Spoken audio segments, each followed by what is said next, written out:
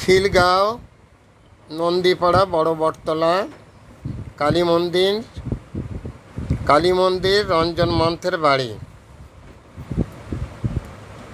দুর্বৃত্তরা ভেঙে চুরে তছনছ করে ফেলছে।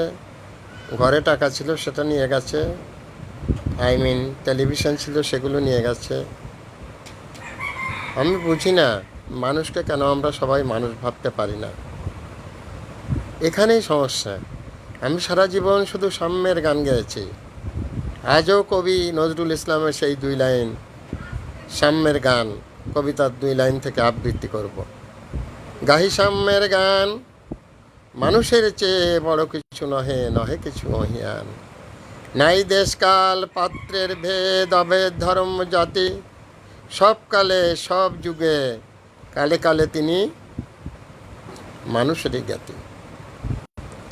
এইটাই যদি হয় তাহলে আসে যে সনাতনী ধর্মাবলম্বীদের ঘর বাড়ি ভেঙে ফেলা হচ্ছে, জিনিসপত্র লুট করা হচ্ছে।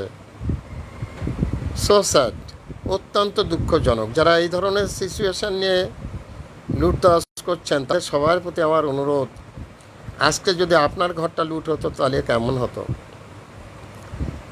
দেশ নতুন করে স্বাধীন হয়েছে, দেশের মানুষের ভাষ্য। তো নতুন করে স্বাধীন হলে স্বাধীনতার জন্য কি যারা দেশের জনগণ তাদের জিনিসপত্র কেড়ে নিতে হবে? আমরা তো বাঙালি। যে হিন্দুদের বাড়ি আক্রমণ করা হয়েছে সেও বাঙালি, আমিও বাঙালি। এখানে তো কোনো পাকিস্তানি নেই, এখানে তো কোনো বর্গী নেই, এখানে কোনো ব্রিটিশ নেই। নিজ গৃহে আজ সনাতনী ধর্মাবলম্বীরা নিজ গৃহে পরবাসী।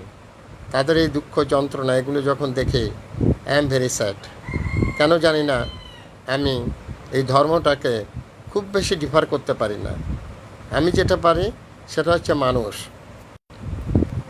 গাহি সাম্যের গান, মানুষের চেয়ে বড় কিছু নয়, নহে কিছু মহিয়ান। সবার কাছে করজোরে মিনতি, এরকম কাজ থেকে আপনারা সবাই বিরত থাকুন। সবাই মানুষ, সবাই আল্লাহ সৃষ্টি। Thanks a lot viral sir. বিনা বেতনের পারিবারিক পাঠশালার শিক্ষক। মোবাইল কন্ট্যাক্ট নং 01935204804।